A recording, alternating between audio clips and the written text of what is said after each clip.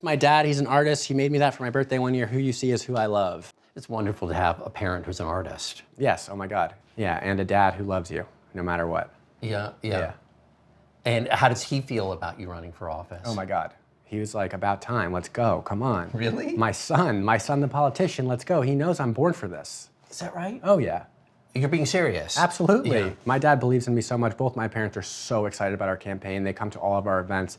They're cheering me on.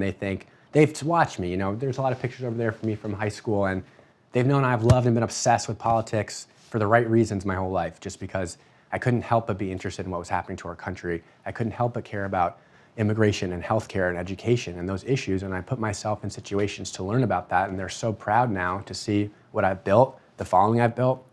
My parents get such a kick out of it when people start cheering me on the street. They can't believe it. They think it's so awesome, and they're proud that I've been speaking out and speaking loudly against what our whole family sees as a hostile takeover of a democracy by a president who is cruel and corrupt and an unconstitutional person.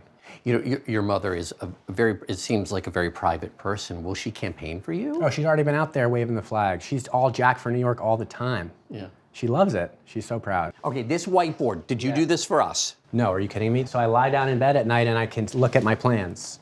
So we've got Jack's fast track plan, how to protect houses of worship in New York. Jack's tariff plan, lower the cost of food and clothes. The housing plan, deduct your rent from your taxes. If you rent in New York 12 like so many people do, you should be able to deduct your rent from your taxes, just like a mortgage interest payment. Why don't we have that? Yeah. That's out of control. NYCHA tenants, we need to fix it now. New York City Housing Authority, public housing, people deserve to be living in dignified, safe conditions, and we need to invest in public housing. But if you didn't like that, you might like the ricochet rule, keeping illegal guns out of New York 12 by putting a penalty on states that export and contribute to the flow of illegal guns trafficking into New York State. We want to shake 50,000 hands in New York 12.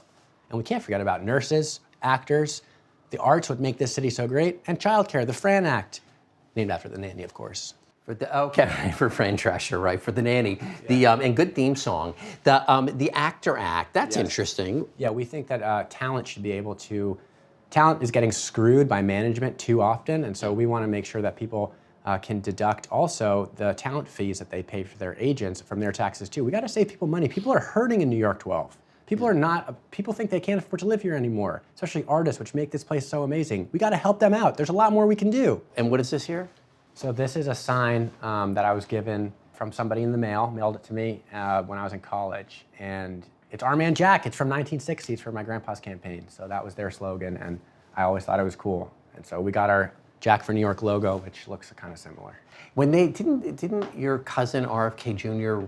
repurpose? Oh yeah, he's a propaganda aficionado. So he used the JFK 1960 Kennedy jingle and ad in a Super Bowl commercial.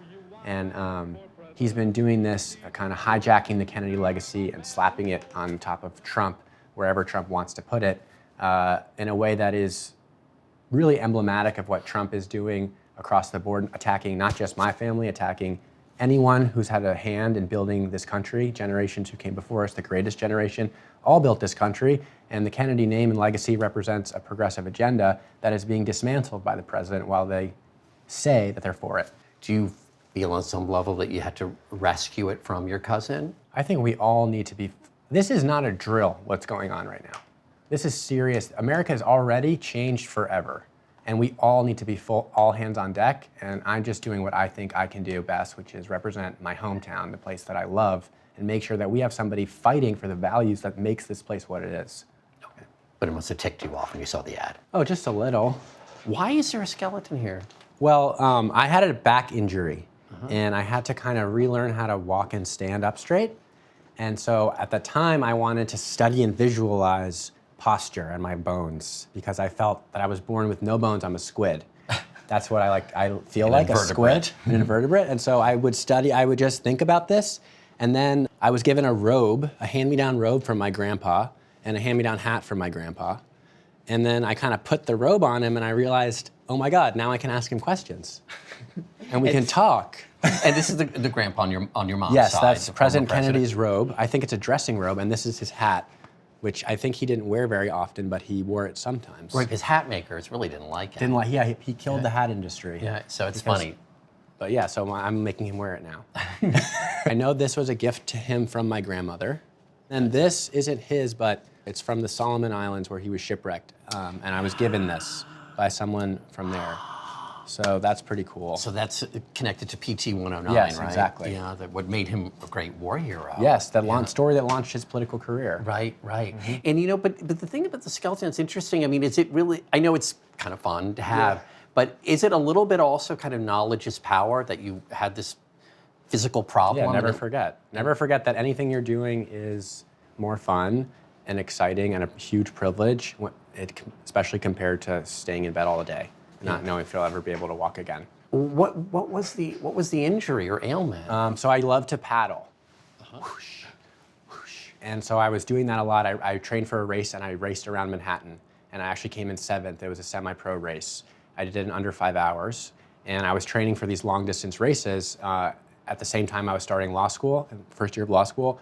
And so I was training, and then I blew out my back one day training, and it turned out that I had a lot of stuff wrong with my pelvis and hip that had been bothering me, but I had kind of just been like, whatever, don't talk about it, just keep paddling. Just suffer through it. Yeah, and then so I blew out my back and my hip, and I had to get my whole hip reconstructed with 2 different surgeries, and I couldn't really walk for about 4 years. What's going on over here? These are my stuffies, my stuffed animals. I get to talk to them too. They say the campaign's going great, and they're really liking what they say. They really like our policy plans.